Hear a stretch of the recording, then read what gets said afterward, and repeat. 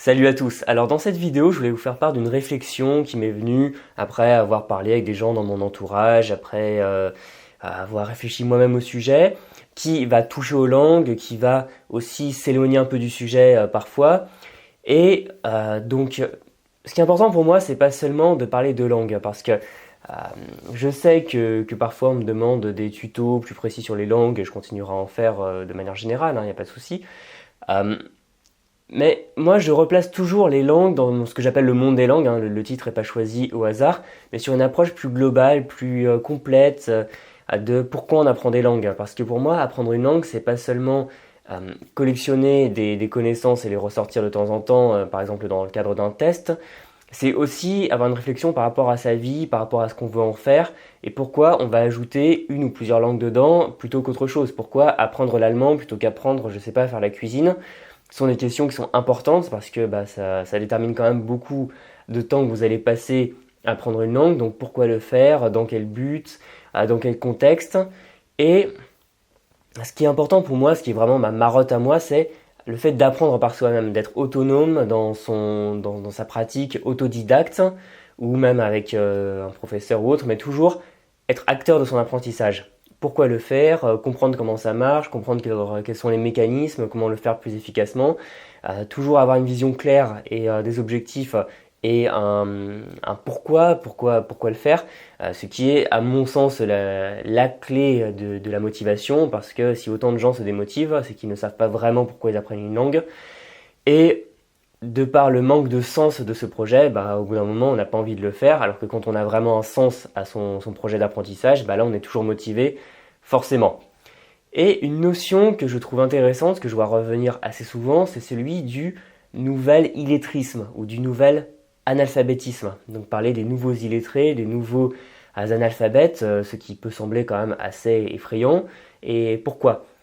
Tout simplement parce qu'on est quand même dans un monde qui change à vitesse folle. J'ai l'impression là de dire des choses totalement évidentes.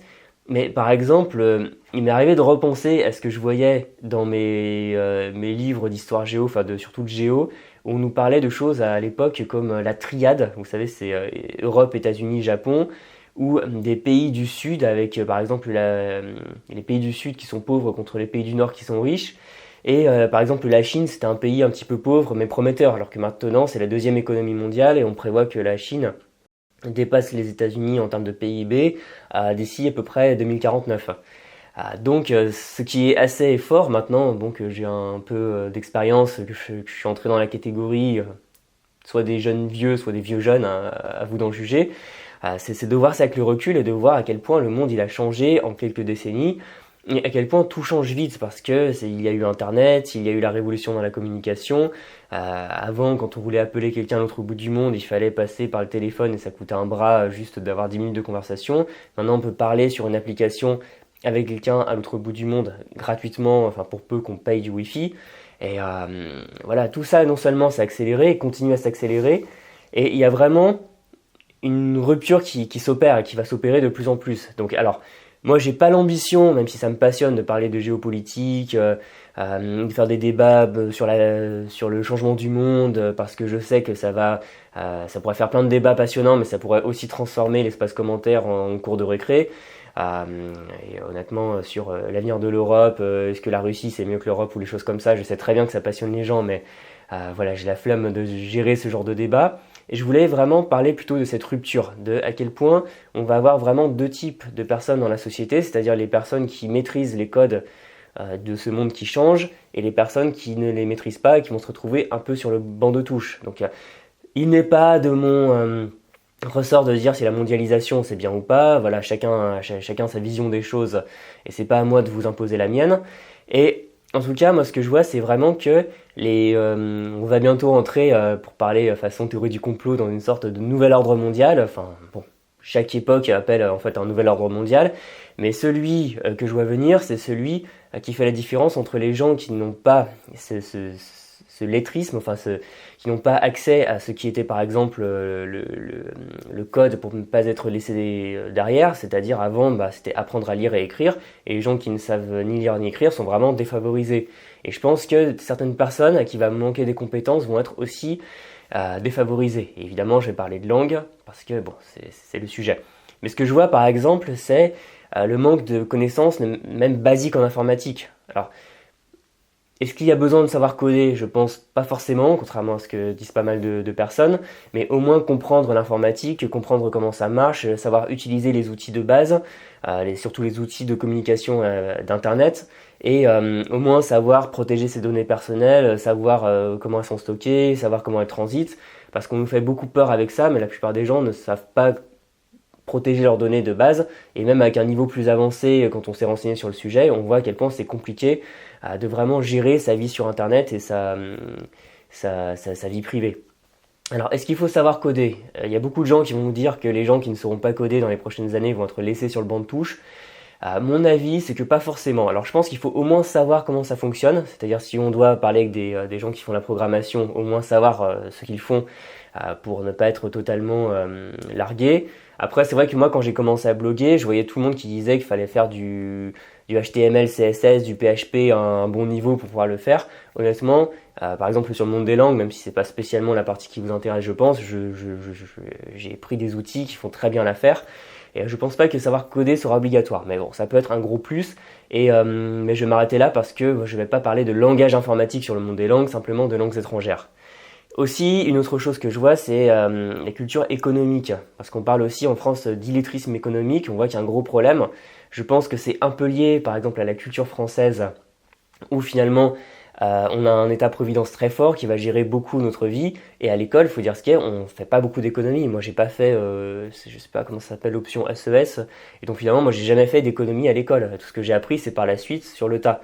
À l'école, on n'apprend pas grand-chose et après, on laisse l'État gérer notre argent, nous le prélever et le gérer à notre place, ce qui fait qu'on a accès à des services publics de qualité. Enfin, c'est très bien ça.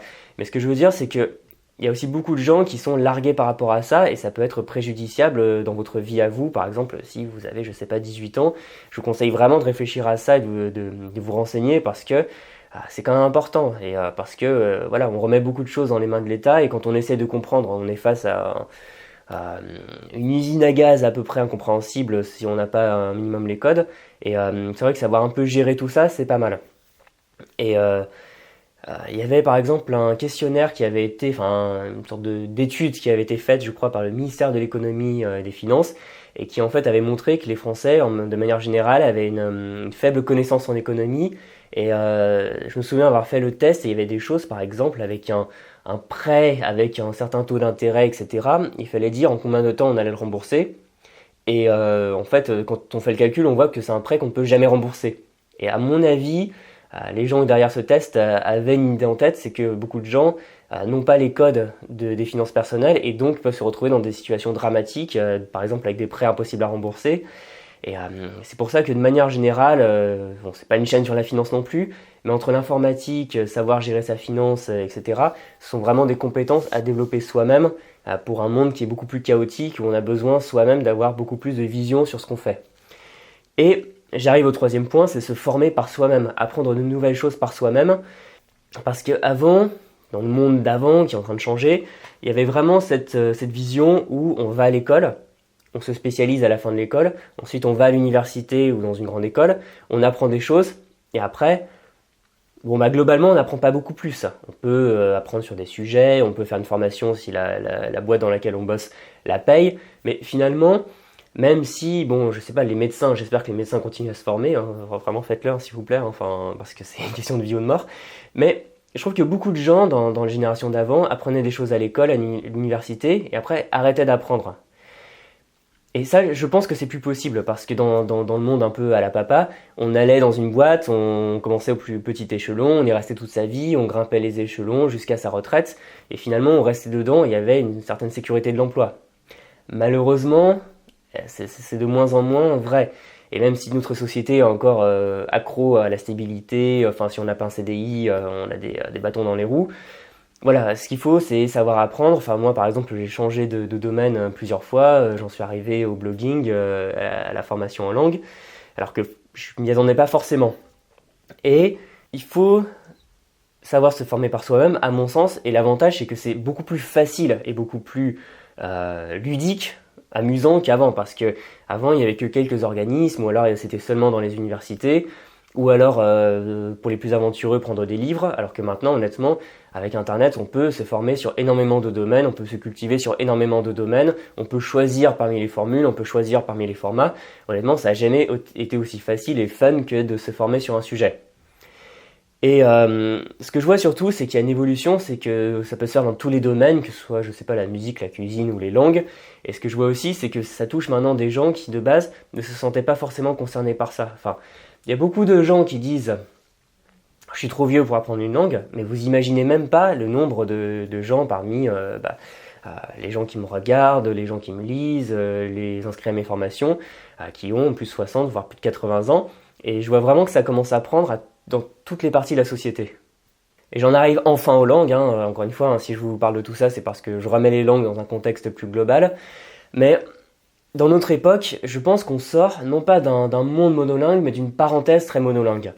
Parce que voilà, en France, on a un pays très centralisé, très porté sur le français. D'ailleurs, dans des études qui vont dans chaque pays demander aux gens quels sont les éléments les plus représentatifs de leur culture, si vous demandez un anglais, il y aura peu de chances de dire que l'anglais est parmi les éléments les plus représentatifs de sa culture. Il va plutôt parler de la reine ou des choses comme ça. Et en France, on est sur la langue. Pour nous, c'est très important. C'est pour ça qu'on se bat autant pour préserver notre langue dans une sorte d'idéal de pureté. Mais même en France, avant la Troisième République, il y avait des patois partout, qui existent encore sous une certaine forme. Il y a aussi des langues régionales, ok. Mais ce que je veux dire, c'est que la France et même l'Europe étaient en fait beaucoup plus multilingues avant. Et par exemple, quand on dit « Ah, c'est bien, tel pays, il est très homogène d'un point de vue démographique », j'entendais beaucoup ça pendant la Coupe du Monde, quand on disait il y a des gens, voilà, bon, chacun son avis, qui disaient « Ah, c'est super, la Croatie, ils sont homogènes éthiquement ». Mais en fait, voilà, un pays comme la Croatie, c'est très bien parce qu'avant la guerre, ils étaient beaucoup plus hétérogènes et après la guerre, beaucoup moins. Je vous laisse voir les détails de l'affaire. Mais bon, en fait, on revient dans un monde qui est beaucoup plus multilingue. Et la différence majeure, c'est qu'il maintenant il y a la présence écrasante de l'anglais. Donc mon but n'est pas de vous dire que l'anglais c'est super, c'est le fait que ce soit la nouvelle langue mondiale, ni de dire c'est dégueulasse, j'aime pas l'anglais, je voudrais que ce soit une autre langue. Mais toujours est-il que c'est vrai, parce que ce que je remarque dans les films par exemple des années 60, c'est que quand il y a des annonces, quand le personnage est dans une gare par exemple, il y a des annonces dans un pays étranger qui sont en français. Maintenant ça sera en anglais, voilà, le monde a changé. Pour nous les Français c'est peut-être un peu moins drôle, mais c'est comme ça. Mais ce que je remarque aussi, c'est que si l'anglais est devenu incontournable, il est de moins en moins suffisant. Et c'est pour ça aussi qu'on parle d'illettrisme. Parce que maintenant on considère presque plus dans le monde du travail que l'anglais est une sorte d'acquis, une sorte de chose voilà, qu'on prend comme acquise, une sorte de base comme le fait de savoir lire et écrire. Et le plus, pour tirer son épingle du jeu, c'est une autre langue. Alors c'est pour ça que, par exemple, si vous êtes lycéen étudiant, je vous mets en garde contre le fait de faire seulement, par exemple, une fac d'anglais, sans projet qui va plus loin derrière pour vos études et votre vie professionnelle, parce que ça ne suffit plus. Il faut avoir, si on peut, d'autres langues, que ce soit l'allemand, le chinois ou autre, ça dépend de ce que vous voulez faire, et des compétences plus précises, savoir être interprète, traducteur, manager multilingue, etc. Et ça, c'est vraiment important. Et ce que je vois, c'est qu'il faut quand même avoir au moins des bases en anglais parce que ça devient une douleur. Par exemple, c'était ma mère qui me disait à un moment qu'elle avait parlé et que je crois que c'était des touristes qui venaient d'un pays d'Amérique latine et qui lui parlaient en anglais. Et ma mère a des compétences en anglais, même si elle m'a promis de s'y remettre, assez limitées. Et ça la frustrait beaucoup. Ou alors quand elle voit des gens dans son travail plus jeunes qui se forment entièrement en anglais, elle comprend certaines choses, mais elle sent aussi ses limites et ça la frustre beaucoup dans un monde où l'anglais et les langues internationales, les autres langues, prennent énormément de place. Et ce que je vois, c'est qu'on est dans un monde où pour les monolingues, c'est de plus en plus dur et de plus en plus frustrant, pour peu qu'on soit un minimum curieux du monde qui nous entoure, de rester avec seulement le français. Et dès qu'on voit des gens parler d'autres langues, voilà, ça bloque. Et ce que je vois, c'est de plus en plus de gens, même à 60, 80 ans, qui se mettent ou se remettent aux langues parce qu'ils ont envie de profiter de ça. Ils n'ont pas envie de rester seulement sur le banc de touche. Donc oui, le français est une grande langue internationale et contrairement à ce qu'on dit, on peut facilement se débrouiller en français dans certains pays. Je suis tombé dans plein de pays sur des gens qui m'ont parlé français dès qu'ils ont vu que j'étais français plutôt qu'anglais. Il y a par exemple l'Afrique francophone aussi, le Québec, la Belgique, la Suisse, etc. où on parle français dans certaines régions.